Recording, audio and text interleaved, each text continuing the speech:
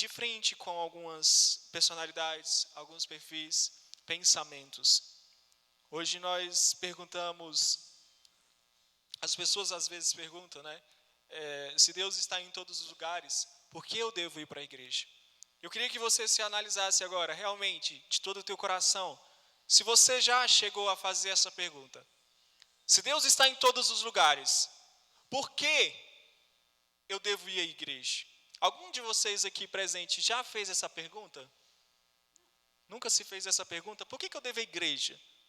A igreja está dentro de mim, Deus já está aqui, Deus está em todos os lugares. Por que eu devo ir para a igreja? Alguém de vocês já se perguntaram dessa forma, já se questionaram? Queria que vocês contassem um pouco essa experiência.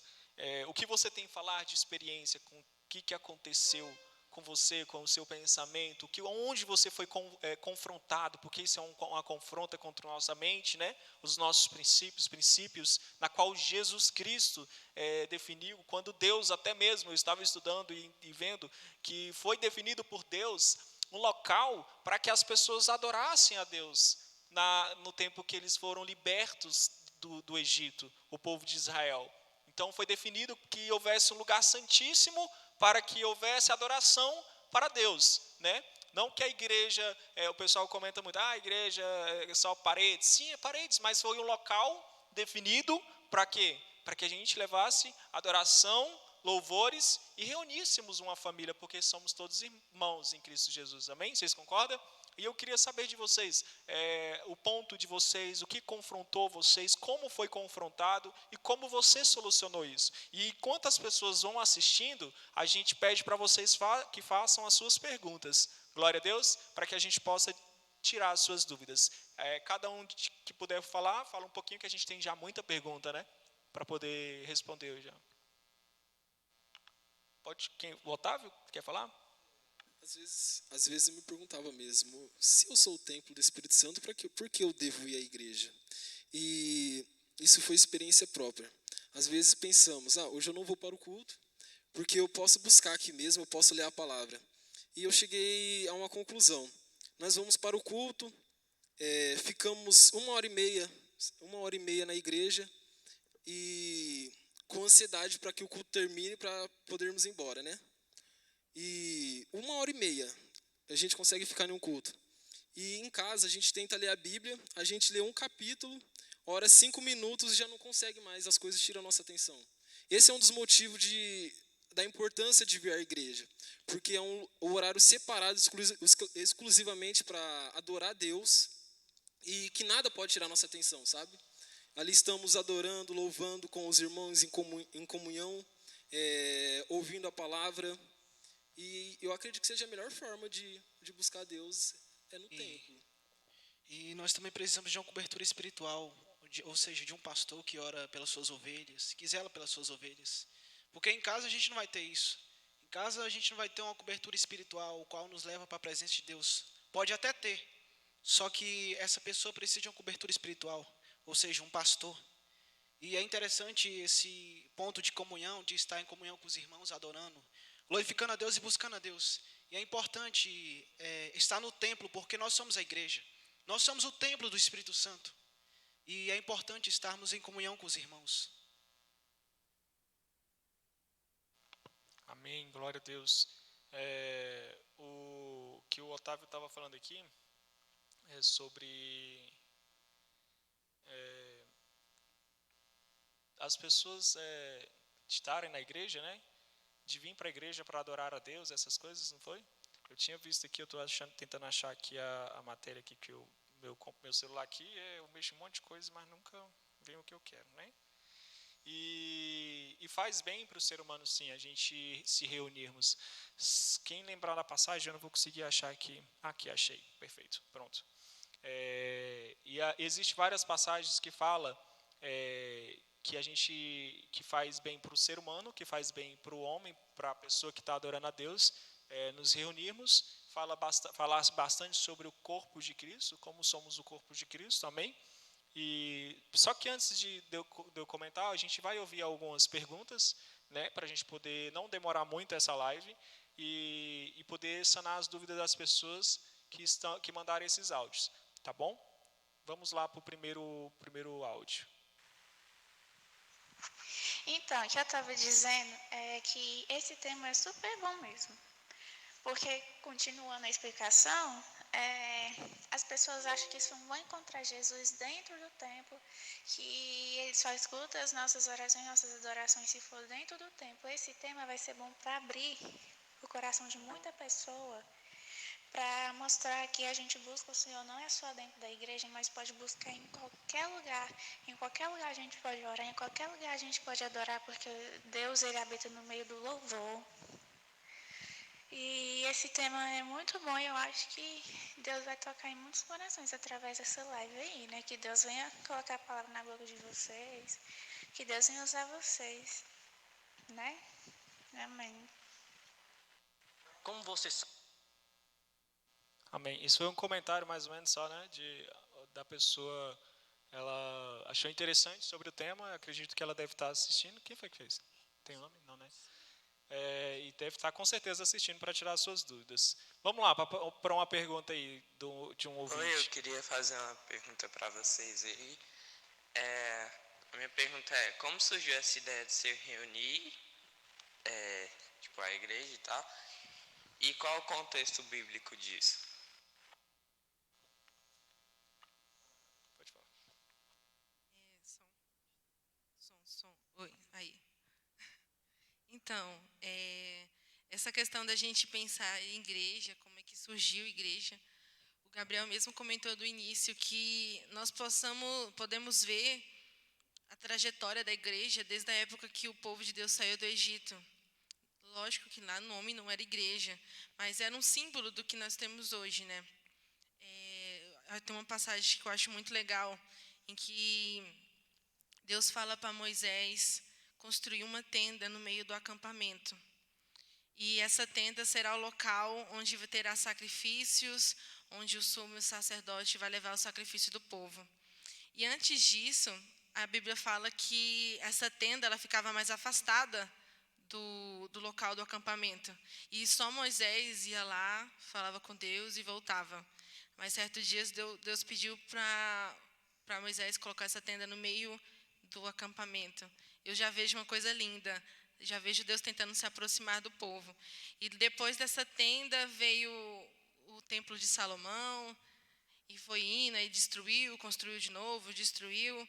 Só que quando Jesus chegou aqui, você pode ver que quando Jesus estava aqui, ele não ficava muito em templo, nas igrejas da época. Mas a partir do momento que ele foi ao céu, a partir de Atos, a igreja começa a se formar como igreja. Começa a se formar como locais. Os discípulos pregaram o evangelho, foi construindo igrejas. Mas o que eu acho mais interessante é que as igrejas na época, muitas vezes, eram as casas das pessoas.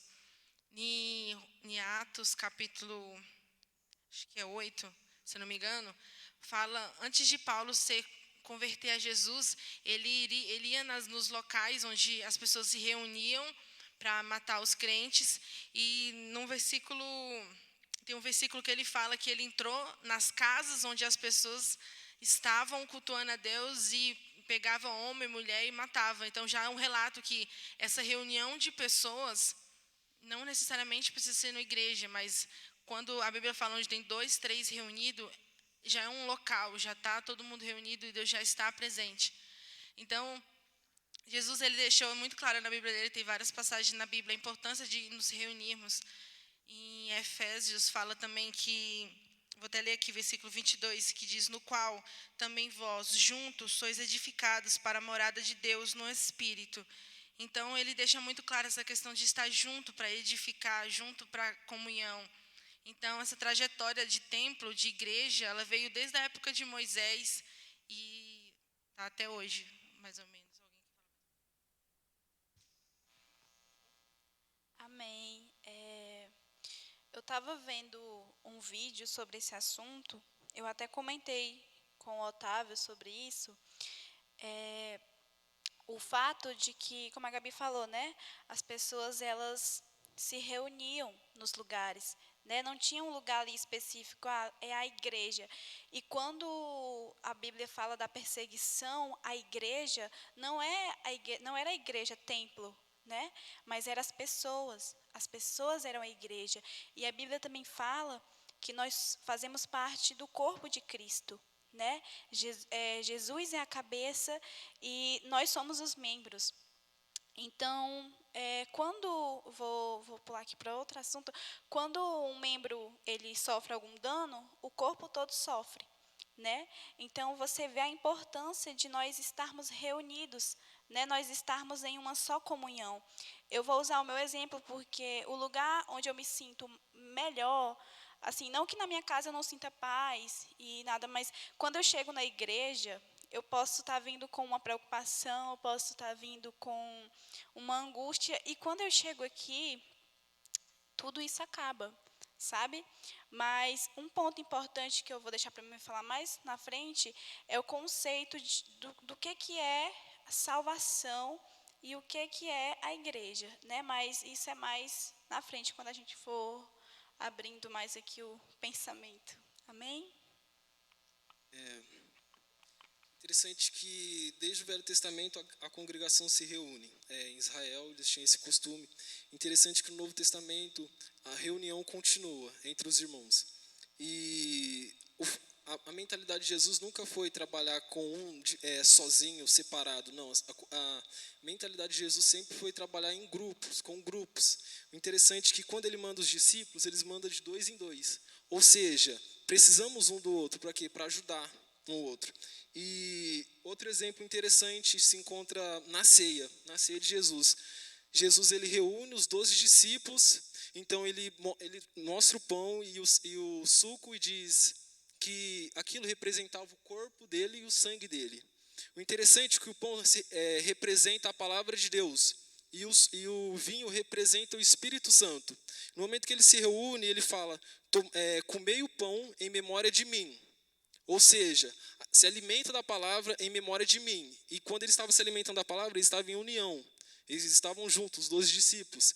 E para tomai o vinho em memória de mim. Ou seja, experimente o Espírito Santo em grupos. A mentalidade de Jesus nunca foi congregue sozinho na sua casa ou congregue sozinho no seu quarto. Você não precisa de alguém para te guiar. Você pode ver que até aqui mesmo Jesus estava dirigindo a ceia. Sempre precisa de alguém para estar dirigindo a nossa vida, nos ajudando, alguém com mais experiências para nos ajudar.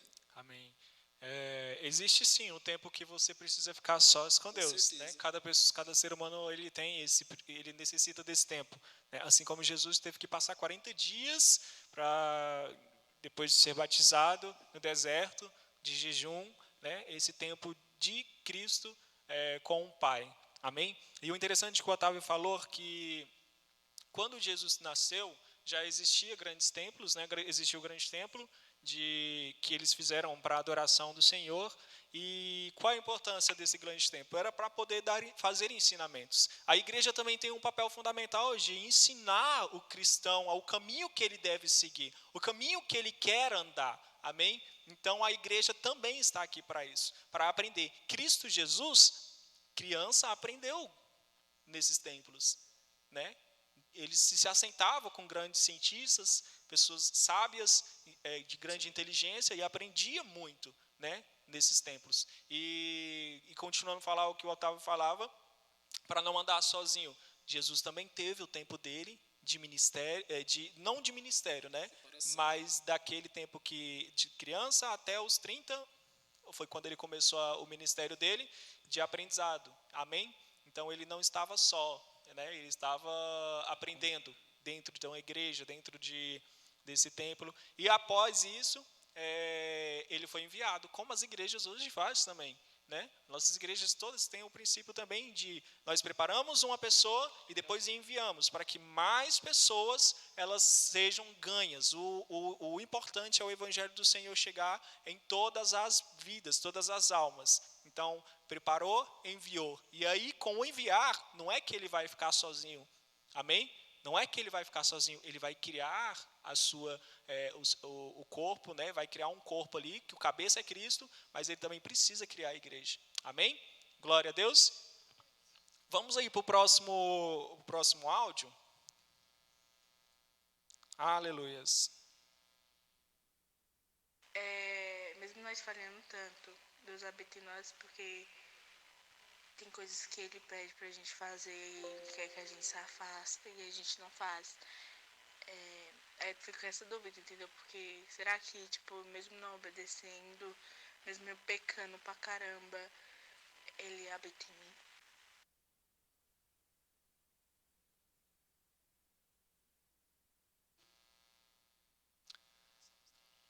É. Então, sobre o pecado, foi isso que a gente entendeu? Você entendeu? Não consegui compreender o áudio, né? Porque hoje a gente está falando mais ou menos sobre. Ele vai soltar de novo. Vai voltar? Amém.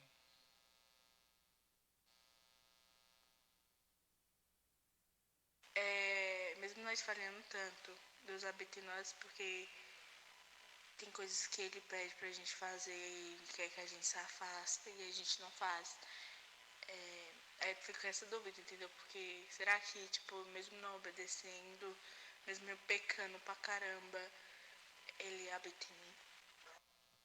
Amém. Fugir um pouquinho do tema, assim, do que a gente estava falando. Hã? Explica para ela sobre o pecado e se o Espírito habita sobre ela. Pode responder alguém? Eu acredito, não, eu tenho certeza que sim, ele continua sobre a gente, porque Jesus Cristo, ele disse que ele iria voltar ao Pai, mas que ele deixaria um consolador até o fim dos tempos. Ou seja, ele está com a gente, apesar de se estamos no erro ou se estamos em santificação, ele sempre está ao nosso lado. Eu acho que ela quis também saber o seguinte: se nós somos templos do Espírito Santo, se Deus habita em nós, mesmo sabendo que nós pecamos, como é que fica essa relação? Como é que, beleza, Deus sabe que eu sou humana, Ele sabe que eu peco, Ele habita em mim. Aí eu pequei aqui, Ele saiu, aí eu reconciliei, Ele entrou de novo. Como é que funciona essa relação?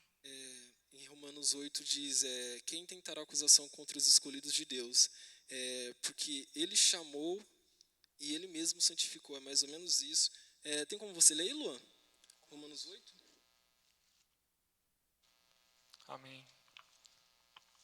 Fala mais ou menos sobre isso. Espera aí que a gente vai achar rapidinho. 8:28? Aham. Se você quiser, eu pergunto aqui no Google. Aqui. Tô brincando, vai lá. Diz assim: e sabemos que todas as coisas contribuem juntamente para o bem daqueles que amam a Deus, daqueles que são chamados por seu decreto. Prossiga, vai lá que vai encontrar. Tá uma parte de Romanos. Lê Romanos inteiro. Porque os dantes conheceu, também os predestinou para serem conformes à imagem de seu filho, a fim de que ele seja o primogênito entre os muitos irmãos. Gente, acho que eu errei o versículo, mas é isso mesmo. Paulo Amém. diz, quem tentará acusação contra os escolhidos de Deus? Porque ele chamou e ele mesmo santificou. Ou seja, a nossa imagem para Deus não é mais de pecadores, mas sim de santos.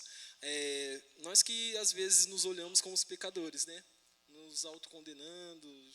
Também tem o seguinte, por exemplo, se Deus habita dentro de você, a probabilidade de você pecar com consciência é mais difícil. Vai lá, continua. Romanos 8:33, que o Otávio disse, estava falando agora, diz assim: quem tentará acusação contra os escolhidos de Deus? É Deus quem os justifica. Amém. Glória a Deus.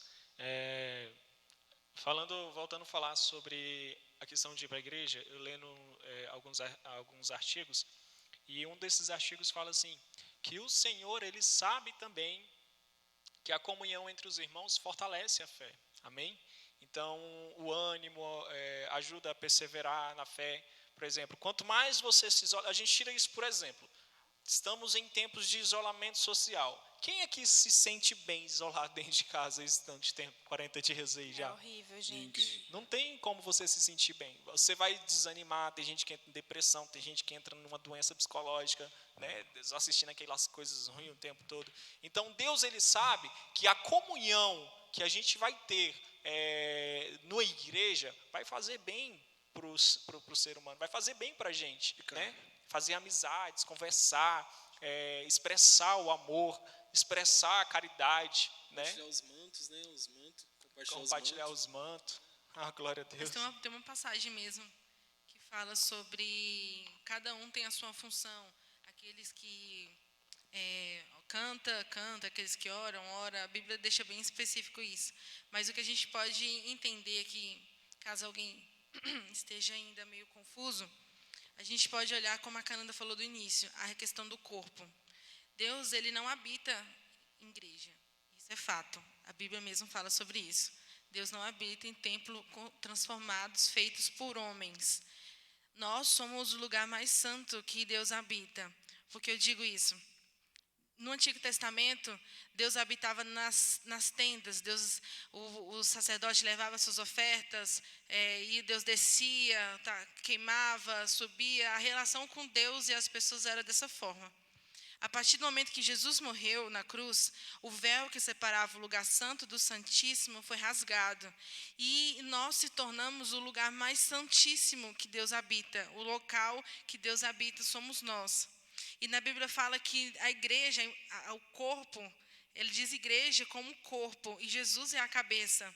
Da mesma forma que uma mão tem uma função, como a Cananda falou, o braço, a perna tem sua função, juntos, como podemos dizer, caminha com mais facilidade, com mais rapidez. Por exemplo, se eu pedir para uma pessoa fazer certa coisa, se ela estiver faltando algum membro, ela vai ter certas dificuldades. A igreja, ela caminha melhor quando todos estão reunidos, mas guiados pela cabeça, que é Jesus. Então, tipo assim, é igual o que a menina falou no áudio. Jesus habita em nós. Sim, Deus habita em nós. Mas eu tenho uma certa convicção. Ele habita em nós mesmo sabendo que nós pecamos. Ele morreu na cruz sabendo que a gente peca. Então, ele continua a habitar, mas quando ele habita, a gente tem a convicção que nós somos santificados, temos a convicção do pecado, e aquele ciclo de perdão vai acontecendo. Então, se caso a gente pensar, não, Deus não habita em mim porque eu peco, eu acho que precisa, não sei o nome da palavra que diz, se aproximar mais, porque se Deus está dentro de você, se você caminha com Deus, você vai entender o poder da graça, e esse pensamento não vai acontecer mais. Amém. Vamos lá para o próximo áudio. Quem é a próxima pessoa aí que lançou a sua pergunta, a sua dúvida? Como você sabe, como você tem a certeza que Deus existe? Por que você acredita nele? E quais foram os milagres que já aconteceram na sua vida que você tem certeza que foi ele que fez? Como você sabe? Amém. Essa eu vou responder já de primeira, porque não tem condição eu não responder uma pergunta dessa. Como é que eu sei que o Senhor existe?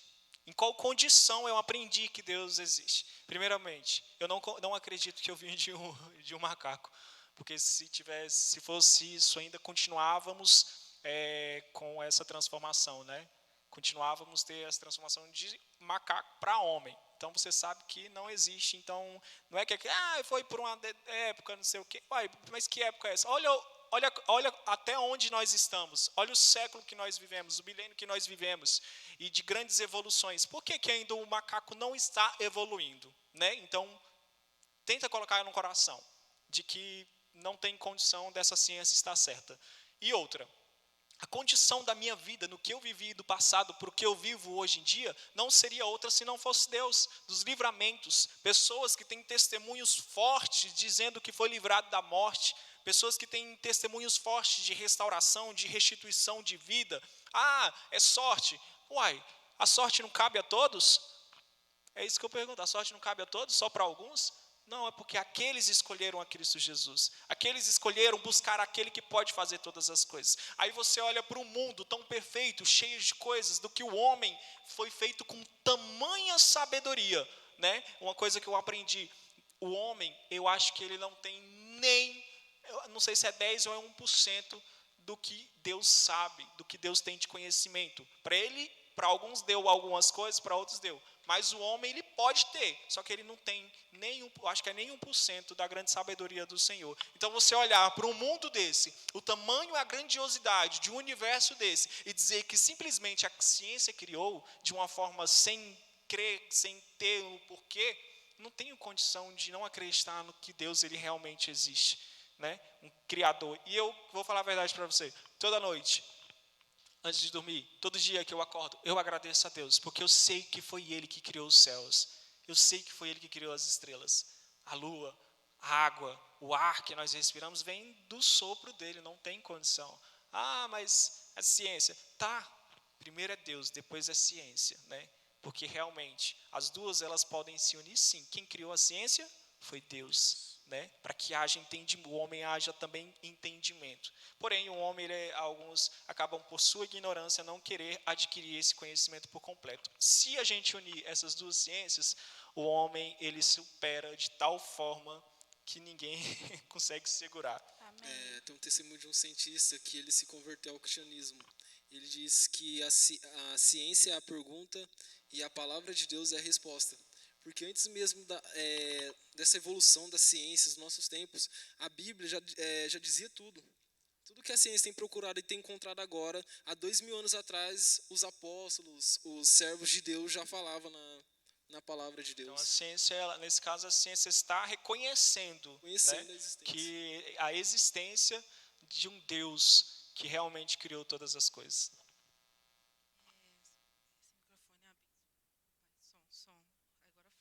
Foi. Eu recebi essa pergunta ontem. Meu Deus. Eu recebi essa pergunta ontem. E, cara, não sei se a pessoa está assistindo, mas muito obrigada. Sério. Tu despertou na minha cabeça umas coisas incrível.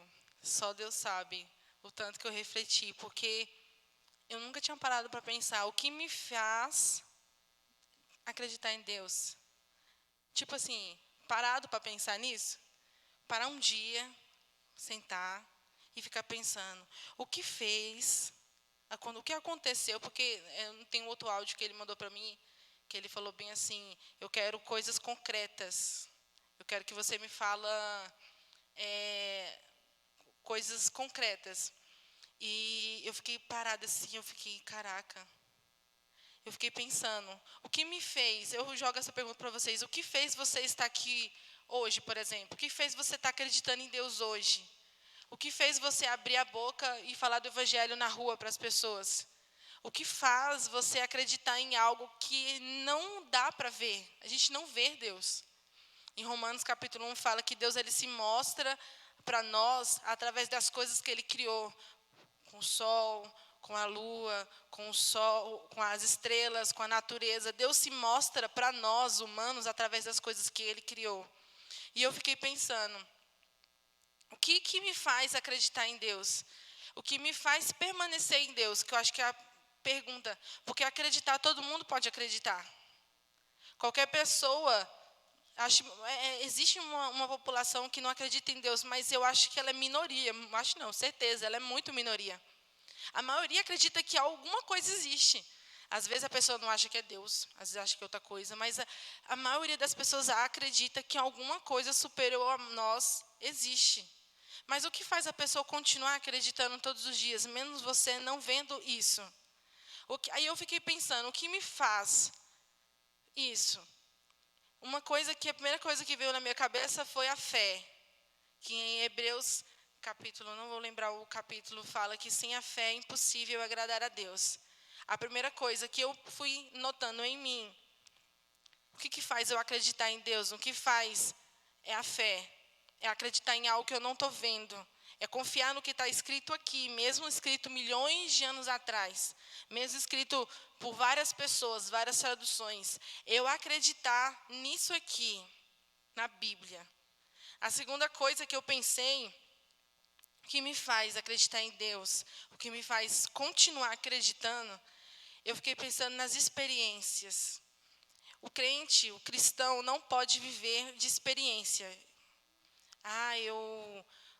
Se eu não tive experiência com Deus, eu não vou acreditar em Deus. Eu acredito que isso seja errado.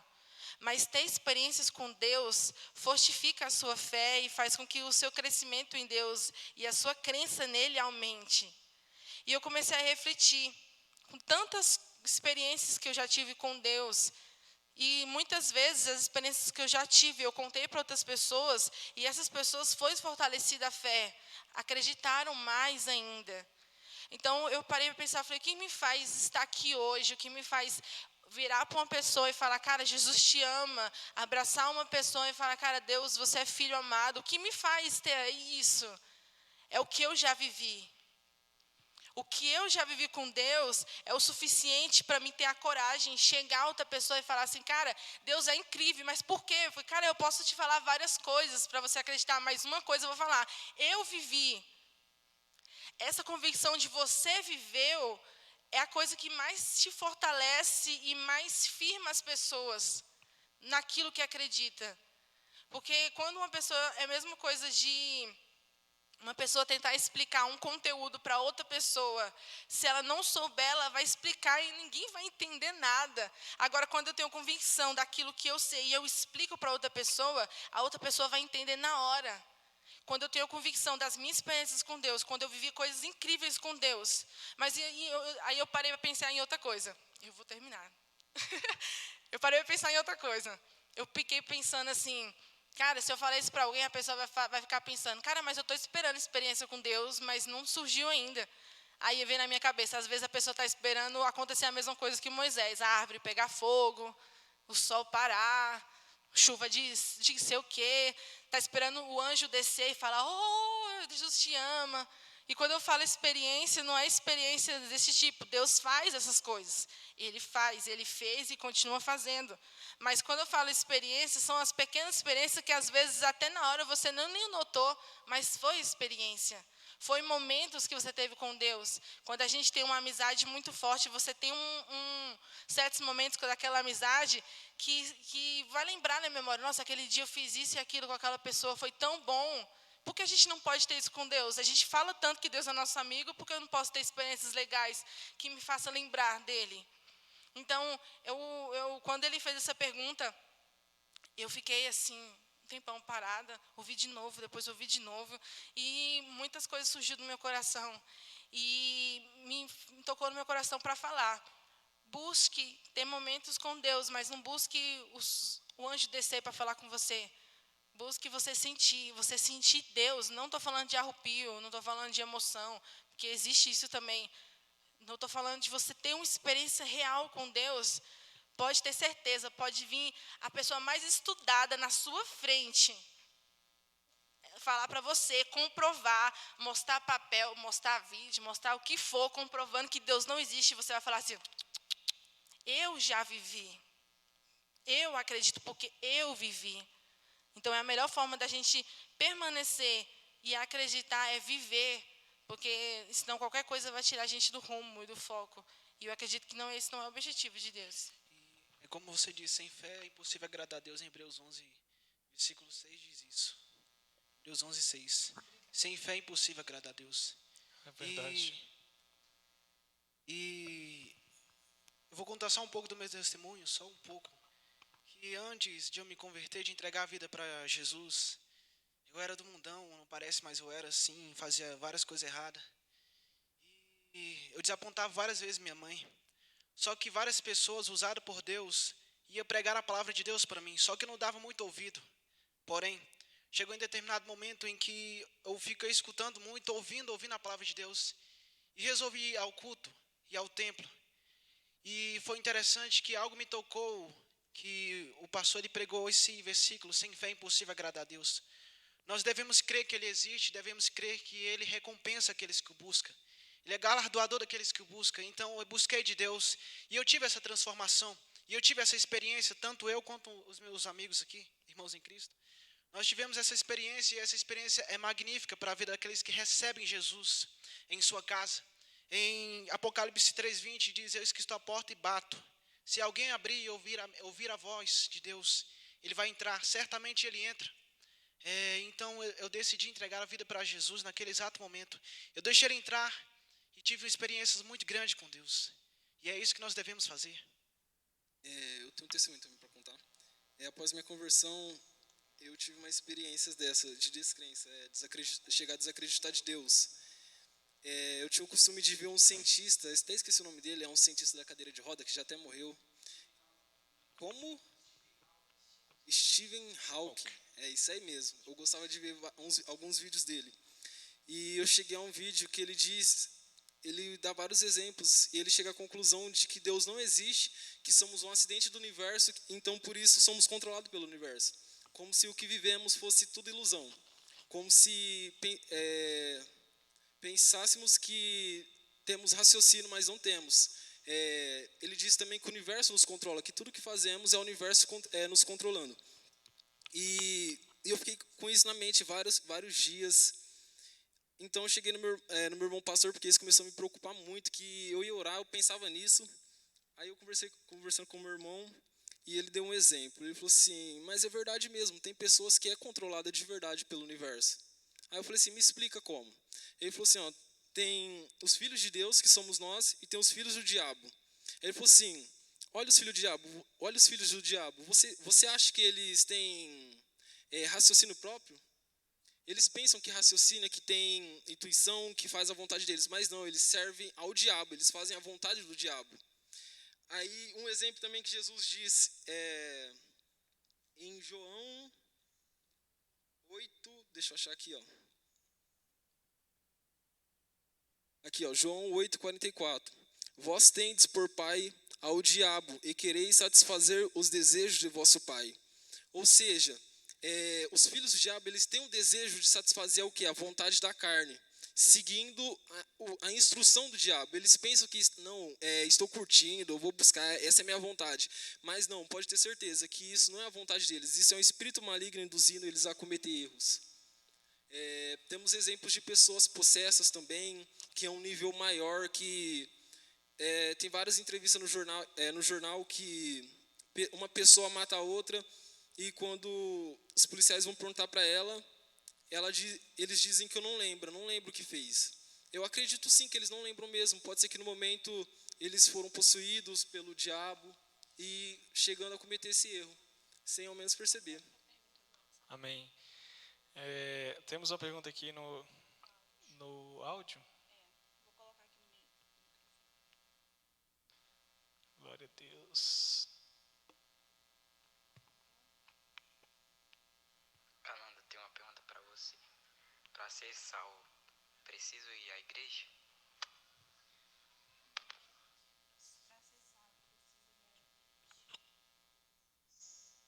Para ser salvo, precisa a igreja. Primeiro você tem que se analisar. Se você não vai a uma igreja, como é que é o teu interior? Como é você e a intimidade com Deus? Você já aceitou Cristo Jesus? Né? Será que ela já aceitou Cristo Jesus, a pessoa? Então ela pergunta, para eu ser salvo, eu preciso ir para a igreja? Dentro de casa está te fazendo bem? Aonde você vai te faz bem? A igreja é um lugar, como a gente falou, lugar de aprendizado, um lugar de comunhão. Né? Por que a igreja? Justamente para isso, para que nós tenhamos comunhão, para que nós possamos adorar a Deus, para que nós possamos fazer coisas para Deus, para agradar a Deus com certeza, né? Para aprendermos mais sobre a palavra de Deus, encorajarmos as pessoas. Então, isso eu acredito que primeiro você se analisa, né? Primeiro você se vê, será que eu preciso realmente ir para a igreja para ser salvo? Né? E outra, chega a ser o mandamento de Deus, e a igreja, não assim o mandamento dos 10 mandamentos, né? Mas devemos congregar e adorar o nome do Senhor. Eu acredito que esse mandamento que você esteja falando é aquele mandamento que Deus fala, amar o próximo como a si mesmo. E uma vez um pastor falou assim, como é que você vai amar o próximo se você não quer ficar próximo dos seus irmãos? Aí vem essa pergunta para você, mas eu queria que você refletisse uma coisa. Na Bíblia fala que nós somos salvos pelo quê? Pelo quê? Pela fé. E? Pela graça. Pela graça, pela fé, eu esqueci que a gente estava ao vivo aqui. Jesus diz que nós somos salvos pela graça. Então, você sendo bom, você não é bom. Primeiro, você não é bom. Você não merece. Você não é merecedor de salvação nenhuma, de céu e nada. Isso a Bíblia nos fala. Mas você é salvo pela graça. Ele derramou a graça. A igreja, Jesus em nenhum momento fala que para você ser salvo, você precisa estar numa igreja, porque primeiramente ele fala que você é a igreja. Você sendo a igreja, ele vai buscar a igreja, então ele vai buscar você. Ele não vai buscar placa tal, placa isso, placa daquilo. Ele vai buscar a sua noiva, vai buscar a igreja, que a igreja é você. Só que, então beleza, então por conta disso eu não vou mais à igreja. Calma aí. Podemos dizer que a igreja, não sei se a palavra certa é complemento, mas na vida, nossa vida aqui na Terra, é muito difícil você continuar firme. É muito difícil, muitas propagandas, muitas bandejas. É muito difícil você continuar sozinho. A junção de igrejas, a junção do corpo é para te fortalecer para você ir para o céu. Você não é um pré-requisito, Jesus nem colocou isso, mas o fortalecimento para você chegar no final, como Paulo disse que existe o final, a vida eterna, a igreja ela ajuda isso a acontecer. Quando você está junto com o seu corpo, como eu disse, um corpo saudável, um corpo firme, um corpo junto, ele caminha muito mais seguro e mais rápido para o seu destino. Então, não podemos dizer que existe esse pré-requisito, mas é importantíssimo e essencial para você continuar firme e para você alimentar o seu espírito, porque dentro de nós existe o espírito e a carne. E quando nós estamos na igreja, nós estamos alimentando o espírito. E quando o espírito está forte, ela consegue vencer mais o pecado. É verdade. Eu ia falar sobre isso também, né? Sobre o corpo, né? Então, o corpo ele não pode substituir sozinhos. Por exemplo, eu não sei se é o que está escrito em 1 Coríntios 12, 21 e 22, que fala sobre os membros do corpo, né? Então, a igreja ela se reúne para que os membros elas possam se unir junto ao cabeça, né? E não tem como o meu pé funcionar sem a cabeça, né? Então, seria mais ou menos isso. A gente tem outra pergunta aqui do Donizete. Ele fez uma pergunta bem interessante para a gente, falar o que eu ganho de ir à igreja, não foi isso? Foi mais ou menos isso. Foi, o Quer que eu responder? Você se ganho preparou? de ir à igreja. É o quê? Fisicamente não, mas espiritualmente. Cara, eu uso muito meu exemplo. O que eu ganho de ir à igreja? Eu já falei aqui no começo, né? Eu vou continuar. Às vezes, quando a gente estava tendo culto, né? Porque agora a gente não está tendo todo mundo junto e tudo mais. Às vezes eu tinha um dia assim tão estressante, sabe? E aí eu lembro que quando eu estava estudando, eu estudava de manhã. E aí os meninos, vai ter evangelização hoje 3 horas da tarde. Cara, é uma satisfação, sabe? Então, o que eu ganho, Canando, o que eu ganho vindo à igreja, fazendo parte dessa família, fazendo parte desse corpo. Cara, eu ganho felicidade. E aqui é onde a gente aprende sobre a salvação, sabe? Sobre como a gente deve se comportar diante da sociedade, porque nós somos chamados para salvar. E eu vejo a igreja como um lugar onde a gente aprende, onde a gente pratica, sabe? E a gente se sente acolhido. E eu falo por mim isso. Amém, amém. Em Hebreus, capítulo 10, versículo 25, não abandonemos a prática de nos reunir, como é costume de alguns, mas, pelo contrário, vamos nos animar uns aos outros, quanto mais vezes que o dia se aproxima. Então, é importante ir para a igreja. O que você ganha ir para a igreja é você receber ânimo, receber força. Toda vez que você vier, você vai sair daqui fortalecido. Pode falar. Mas, por exemplo, eu, Gabriele, já tive experiências de ir para a igreja de sair pior. Eu falando como Gabriele. Já teve experiências que foi muito ruim, mas não ruim por causa da igreja, foi por causa de mim. Às vezes eu estava cansada, eu estava cheia, todo mundo já teve experiência. Muita gente chega em mim e fala assim, Gabi, eu não vou para a igreja porque tal igreja faz isso, isso, aquilo, tal igreja faz isso, aquilo, e eu não gosto. Mas o que eu ganho vindo para a igreja? Primeiro, é sentir que Jesus está alegre comigo aqui. Porque eu estou vindo adorar Ele, não estou vindo para podemos dizer, pra um passeio ou alguma coisa do tipo. Eu estou vindo para, como podemos dizer, entregar o meu sacrifício a Ele, a minha adoração. Antigamente o povo levava os bichos lá para matar. Eu estou levando o meu sacrifício, a minha adoração. Eu estou levando o meu tempo. Eu separei um tempo para vir na igreja, na casa, para adorar a Deus. Lógico que a Bíblia fala que nós temos que ficar 24 horas, a gente adora o tempo todo. Mas, cara, você separar um tempo para você vir, para você adorar a Deus, para você ter comunhão com os irmãos que acreditam na mesma coisa, para você aprender, para você se entregar, é o melhor ganho que você tem. E a sensação de você estar no lugar, a melhor coisa é você estar no lugar e você saber, cara, eu estou reunido com pessoas que acreditam na mesma coisa que eu.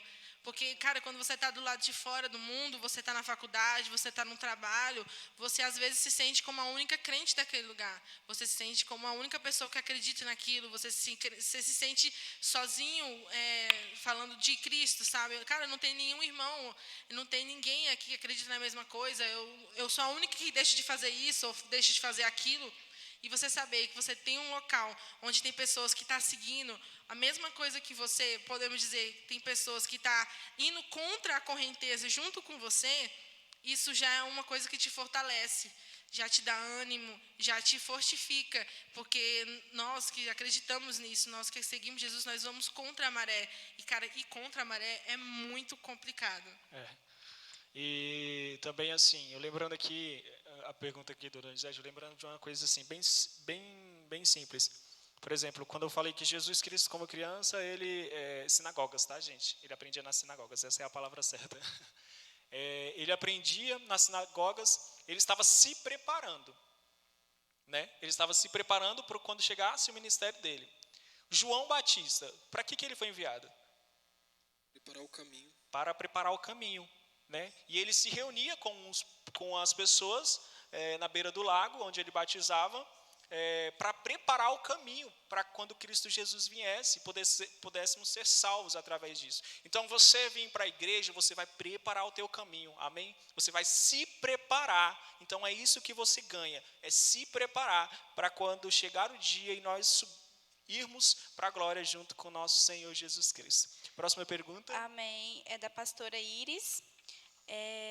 Se eu sou a igreja, para que ir à igreja? Se for sobre me concentrar na igreja, o que garante uma pessoa estar na igreja e estar concentrada? Eu posso alimentar meu espírito em casa, se Deus é onipresente, me façam compreender a importância de eu ir à igreja,